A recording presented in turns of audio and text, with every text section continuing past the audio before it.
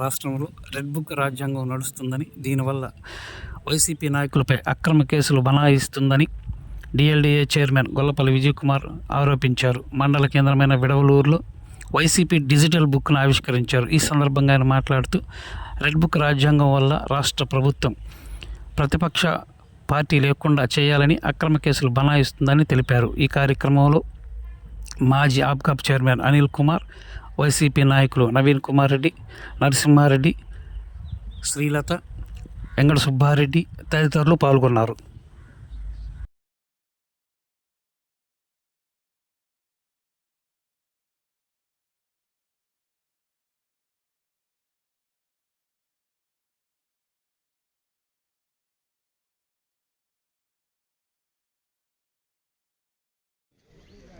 మరియు నెల్లూరు జిల్లా రైతు సంఘం అధ్యక్షులు శివ నరసింహారెడ్డి గారికి, APL DLDA chairman Gollapalli Vijay Kumar గారికి, మరియు కోవూరు జెడ్పీటీసీ గారికి, విడవలూరు మండలంలో ఉన్న వివిధ విభాగాల్లో ప్రజాప్రతినిధులు, అధ్యక్షులు మరియు వెంకట సుబ్బారెడ్డి గారికి, తిరుపతి గారికి, సర్పంచులకి, ఎంపీటీసీలకి, అందరికీ, కన్వీనర్కి ప్రత్యేక ధన్యవాదాలు తెలుపుకుంటున్నాను.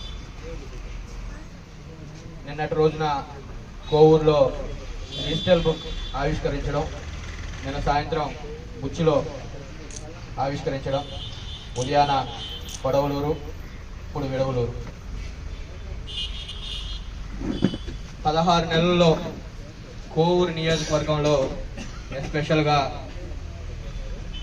వైఎస్ఆర్ కాంగ్రెస్ పార్టీకి సంబంధించిన నాయకులు, కార్యకర్తలు, సింపథైజర్స్, మన అధినాయకుడు ప్రసన్న కుమార్ రెడ్డి గారిని ఏ విధంగా ఇబ్బంది పెడుతున్నారో మీరందరూ కల్లారా చూస్తున్నారు. గతంలో ఎప్పుడు కోవూరు నియోజకవర్గంలో అనేక మంది ఎమ్మెల్యేలు 6 సార్లు ప్రసన్న కుమార్ రెడ్డి గారు గెలిస్తే, కొన్నిసార్లు వివిధ పార్టీలకు సంబంధించిన వ్యక్తులు గెలవడం జరిగింది. ఎప్పుడు కూడా ఏ నాయకుల మీద, ఏ కార్యకర్తల మీద కక్ష సాధింపులు చేసిన చరిత్ర లేదు. ఈ 16 నెలల్లో ఇంచుమించుగా 5 మండలాల్లో అనేక మంది మీద కేసులు పెట్టడం, వాళ్ళని భయపెడితే పార్టీ బలహీనపడుతుందని చెప్పి వాళ్ళ ఆలోచన తత్వం చాలా అవివేకం.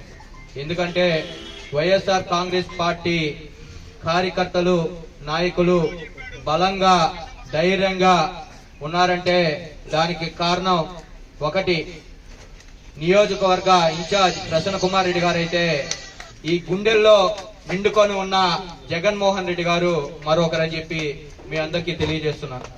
పోతే మనం పోయి కేసు పెడితే కేసులు మన మీద పెడుతున్నారు, కానీ వాళ్ళ మీద కేసు బుక్ చేసే పరిస్థితి లేదు. ఎన్ని ఆలోచిస్తే జగన్మోహన్ రెడ్డి గారు మనకి ఈ డిజిటల్ యాప్ని పెట్టారు కాబట్టి అందరూ సద్వినియోగం చేసుకోవాలి. మనం పోయిన నెల 7వ తేదీ ప్రసన్న కుమార్ రెడ్డి మీద దాడి చేస్తే ప్రసన్న కుమార్ రెడ్డి గారు కేసు తీసుకోలేదు. తర్వాత మన మీదనే కేసు పెట్టి తర్వాత పెట్టారు. జగన్మోహన్ రెడ్డి గారు నెల్లూరుకు వచ్చినప్పుడు మన వాళ్ళ మీద కావాలని 17 మందిని కేసు పెట్టి, ఇందూరు అనిల్ కుమార్ గారికి, విజయన్న గారికి, వెంకట సుబ్బన్నకి, అనూప్ రెడ్డికి, శ్రీలత గారికి, సర్పంచ్ గారికి, చేసినటువంటి వైఎస్ఆర్ కుటుంబ సభ్యులందరికీ మరియు పత్రికా విలేకరులందరూ కూడా నమస్కారాలు. ఈరోజు ఈ కార్యక్రమం ముఖ్య ఉద్దేశం ఏంటంటే, ఈ కూటమి ప్రభుత్వం అధికారంలో వచ్చి 16 నెలలైనా రెడ్ బుక్ రాజ్యాంగం అమలుపరుస్తున్నారు కాబట్టి మన కార్యకర్తలు, మన నాయకులు ఎన్నో అవమానాలు భరిస్తున్నారు. దానికని మన జగన్మోహన్ రెడ్డి గారు దీనికి ధీటుగా ఆలోచించి డిజిటల్ బుక్ అని మొన్న 25వ తేదీ తాడేపల్లిలో ప్రారంభించారు. 27న నెల్లూరు జిల్లా అధ్యక్షులు కాకన గోవర్ధన్ గారు నెల్లూరులో ప్రారంభించారు. నాయకులకు కానీ అలాగే కార్యకర్తలకు కానీ ఎవరికి తెలియదు. ఏ ఇంటికి పోయినా మాకు లక్షలు వచ్చాయి, 50,000 వచ్చాయి, 2 లక్షలు వచ్చాయి అని ఎమ్మెల్యే చదువుతుంటే మేము కూడా వైఎస్ఆర్ కాంగ్రెస్ పార్టీ నాయకులుగా, కార్యకర్తలుగా మేము కూడా ఆశ్చర్యపోయాం.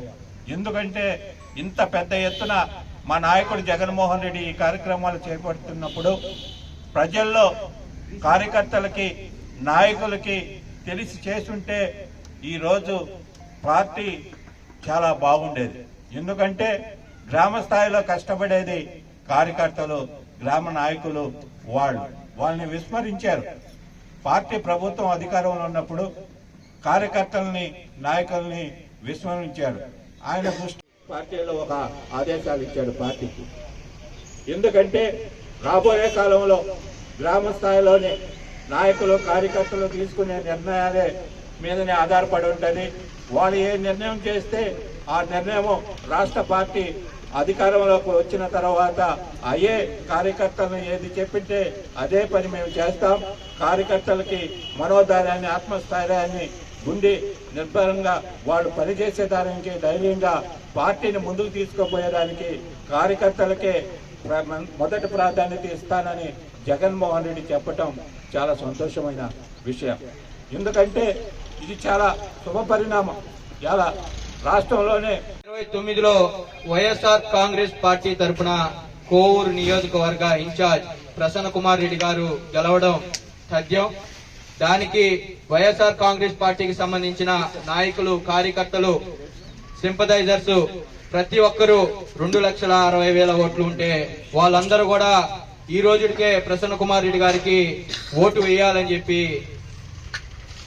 నిర్దేశించుకోవడం ప్రతి ఒక్కరూ మాకు తెలియజేయడం కూడా జరుగుతుంది. ఈసారి ప్రసన్న కుమార్ రెడ్డి గారి మీద నిలబెట్టేదానికి ఇంకో బలమైన వ్యక్తులను తెచ్చుకోండి. ఎంతమంది తెచ్చుకున్నా వైఎస్ఆర్ కాంగ్రెస్ పార్టీ ప్రసన్న కుమార్ రెడ్డి 2029లో ఖచ్చితంగా గెలుస్తారు. గెలిచిన తర్వాత మేము అనుభవించిన బాధకి 10 రెట్లు ఖచ్చితంగా తిరిగి ఇస్తాం. ఇంకొక విషయం ఏంటంటే, ఈ అధికారులకు కూడా తెలియజేస్తున్నాం, అధికారం శాశ్వతం కాదు ఎవరికి. మీకు ప్రజలకి ఇంచుమించుగా మీరు ఒక 40 సంవత్సరాల పైన సర్వీస్ లో ఉంటారు. వివిధ గవర్నమెంట్లని మీరు చూడాల్సి వస్తుంది కూడా. ఈ రోజు